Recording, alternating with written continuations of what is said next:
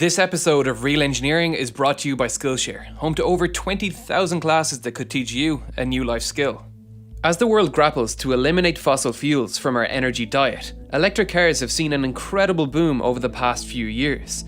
Last year, over 1 million electric cars were sold around the world. The number of Nissan Leafs, Teslas, and other electric vehicles in circulation worldwide is now more than 3 million. And while there are many brands of electric car to choose from, there are only two choices when it comes to powering electric vehicles: fuel cells or batteries.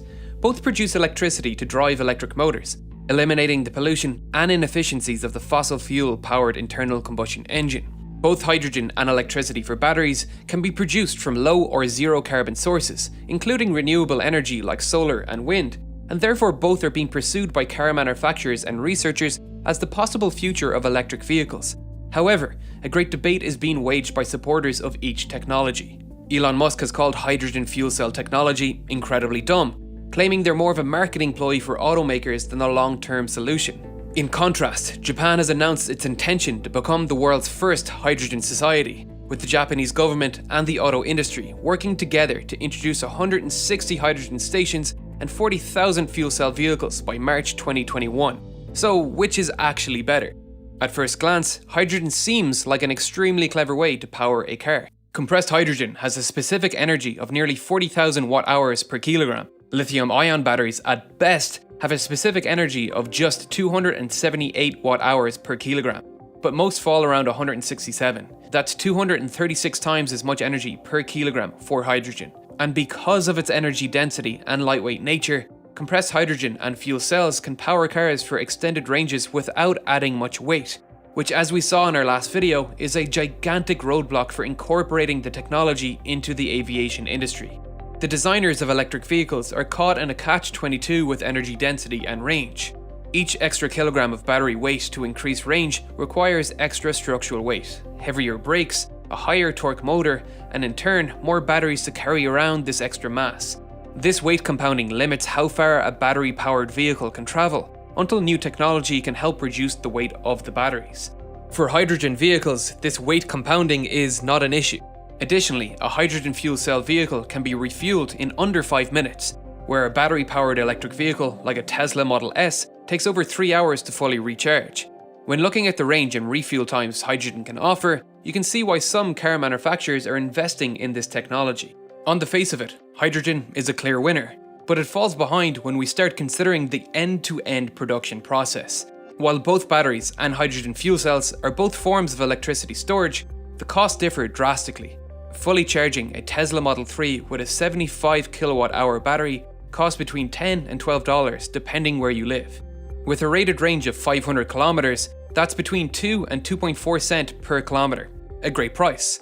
In a previous video, I visited a petrol station that introduced a hydrogen pump, fed by its own on-site production facility, which used off-peak electricity to produce hydrogen. The hydrogen from this station cost $85 to fill a 5 kilogram tank of the Toyota Mirai on site, which had a range of 480 kilometers. That's 17.7 cents per kilometer, 8 times the price. And here lies the problem. Hydrogen simply requires more energy to produce. To understand the economic viability of hydrogen, let's dig deeper into the production process. Before any hydrogen vehicle can hit the road, you first need to produce the hydrogen. But hydrogen is not a readily available energy source. Even though hydrogen is the most abundant element in the universe, it is usually stored in water, hydrocarbons such as methane, and other organic matter. One of the challenges of using hydrogen as an energy storage mechanism comes from being able to efficiently extract it from these compounds. In the United States, the majority of hydrogen is produced through a process called steam reforming. Steam reforming is the process of combining high-temperature steam with natural gas to extract hydrogen. While steam reforming is the most common method of industrial hydrogen production, it requires a good deal of heat and is wildly inefficient. Hydrogen produced by steam reforming actually has less energy than the natural gas that the steam reforming began with. And while hydrogen fuel cells themselves don't produce pollution, this process does. So if we want to assume a future scenario with as little carbon emission as possible, this method won't cut it. Another method to produce hydrogen is electrolysis, separating the hydrogen out of water using an electric current. While the electricity needed for this process can be provided by renewable sources, it requires more energy input than steam reforming. You end up losing 30% of the energy from the original energy you put in from the renewables when you carry out electrolysis. So we are sitting at 70% energy efficiency from hydrogen fuel cells if traditional electrolysis is used before the car even starts its engine. A slightly more efficient method of producing hydrogen is polymer exchange membrane electrolysis. Using this method, energy efficiencies can reach up to 80%, with the added benefit of being produced on site, which we will get to in a moment. But this is still a 20% loss of energy from the original electricity from the renewables. Some experts say the efficiency of PEM electrolysis is expected to reach 82 to 86% before 2030, which is a great improvement, but still well short of the battery's charging efficiency at 99%. A 19% difference in production costs doesn't explain the difference in costs yet, so where else are we losing energy?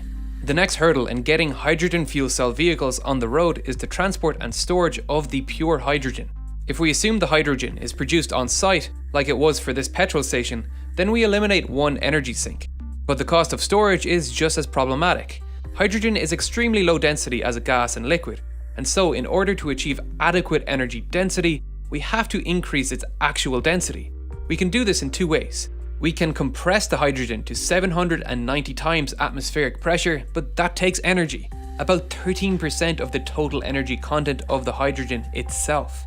Alternatively, we can turn hydrogen into liquid cryogenically.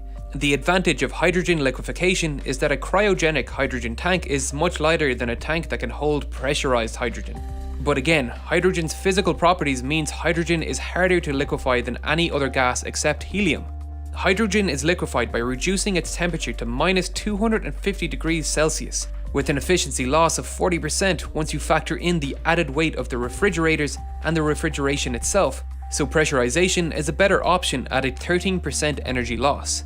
Once the hydrogen is produced and compressed to a liquid or gas, a viable hydrogen infrastructure requires that hydrogen be able to be delivered from where it's produced to the point of end use, such as a vehicle refueling station. Where the hydrogen is produced can have a big impact on the cost and best method of delivery.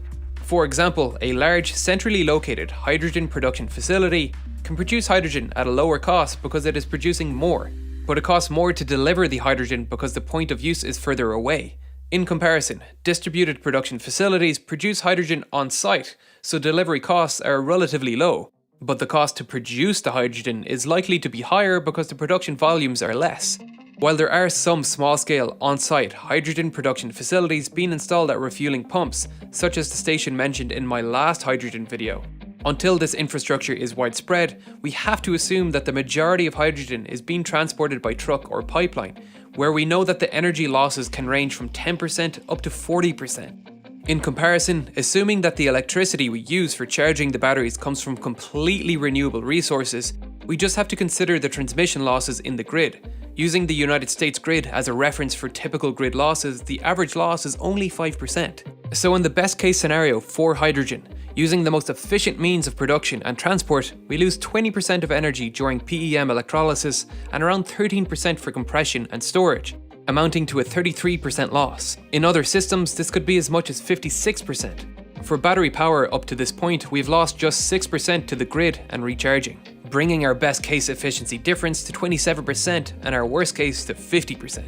The next stage of powering electric vehicles is what is called the tank-to-wheel conversion efficiency. For hydrogen fuel vehicles, once the hydrogen is in the tank, it must be reconverted into electric power. This is done via a fuel cell, which essentially works like a PEM electrolyzer but in reverse. In a PEM fuel cell, hydrogen gas flows through channels to an anode, where a catalyst causes the hydrogen molecules to separate into protons and electrons. Once again, the membrane only allows protons to pass through it, while electrons flow through an external circuit to the cathode. This flow of electrons is the electricity that is used to power the vehicle's electric motors. If the fuel cell is powered with pure hydrogen, it has the potential to be around 60% efficient, with most of the wasted energy lost to heat. Like hydrogen fuel cells, batteries come with inefficiencies and energy losses. The grid provides AC current while the batteries store the charge in DC, so to convert AC to DC, we need a charger. Using the Tesla Model S as an example, its peak charger efficiency is around 92%. The Tesla Model S runs on AC motors, Therefore, to convert the DC current supplied by the batteries to AC current, an inverter has to be used with an efficiency of roughly 90%. Additionally, lithium-ion batteries can lose energy due to leakage. A good estimate for the charging efficiency of a lithium-ion battery is 90%. All of these factors combined lead to a total efficiency of around 75%. However, hydrogen fuel cell vehicles have some of these same inefficiencies.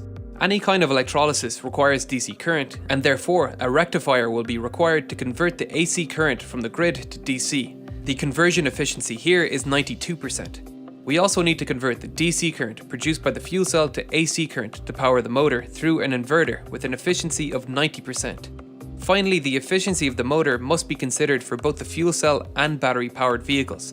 Currently, this is around 90 to 95% for both, which is amazing when you consider that internal combustion engines running on petrol have an efficiency of only around 20 to 30%. If we add up all these inefficiencies and compare current generation batteries to the best and worst case scenario for current gen hydrogen, we can see how they measure up.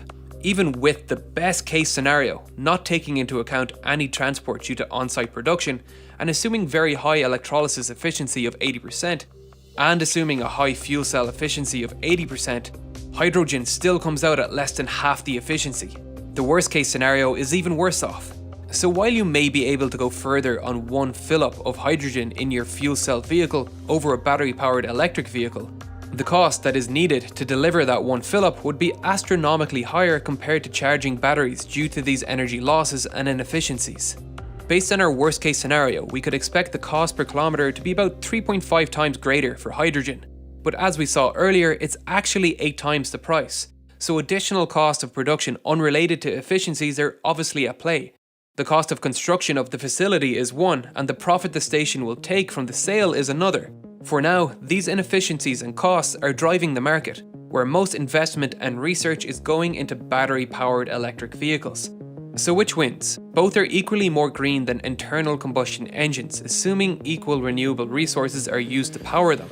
Fuel cells allow for fast fill-up times and long ranges, a big advantage, but battery-powered vehicles might catch up in range by the time there are enough hydrogen stations to make fuel cell vehicles viable. While fuel cells are efficient relative to combustion engines, they are not as efficient as batteries. They may make more sense for operation disconnected from the grid, or as we saw in our last video, using hydrogen for planes actually could make a lot of sense, but once again, that's a topic for another video. For now, battery-powered electric vehicles seem to be the sensible choice going forward in the quest for pollution-free consumer transport. As battery-powered cars become more common, we're also starting to see self-driving cars become the norm. If the job of the driver is slowly automated away and consumers have a bunch of free time to read or watch online video, it may be wise to use that opportunity to start learning new skills, and Skillshare is a great place to do it. You could take this course on Photoshop for beginners and learn a skill that has helped this channel immensely. You may have noticed we introduced the new thumbnail design for the channel. This was done in part because the channel views were trending downwards for the past 2 months, despite putting extra effort into production quality. We needed to rethink our strategy for branding, and I felt the Blueprint's strength was that it was easily recognizable as mine, but they also look so similar it's difficult to tell when there is a new video out. So we got to work in Photoshop to use the strengths of the Blueprint design and build on its weaknesses, and we came up with this transitioning effect, taking designs to reality, which I think fits perfectly with the theme of the channel. We saw immediate effects with the views on our last video jumping 80% compared to our past 2-month average. This is the power of illustration, and you can learn how to use software like Photoshop and Illustrator on Skillshare. These days you can teach yourself pretty much any skill online, and Skillshare is a fantastic place to do it. With over 20,000 classes ranging from animation, electronics, programming and much more. The classes follow a clear learning curve, so you can just click and watch without having to curate your own learning experience.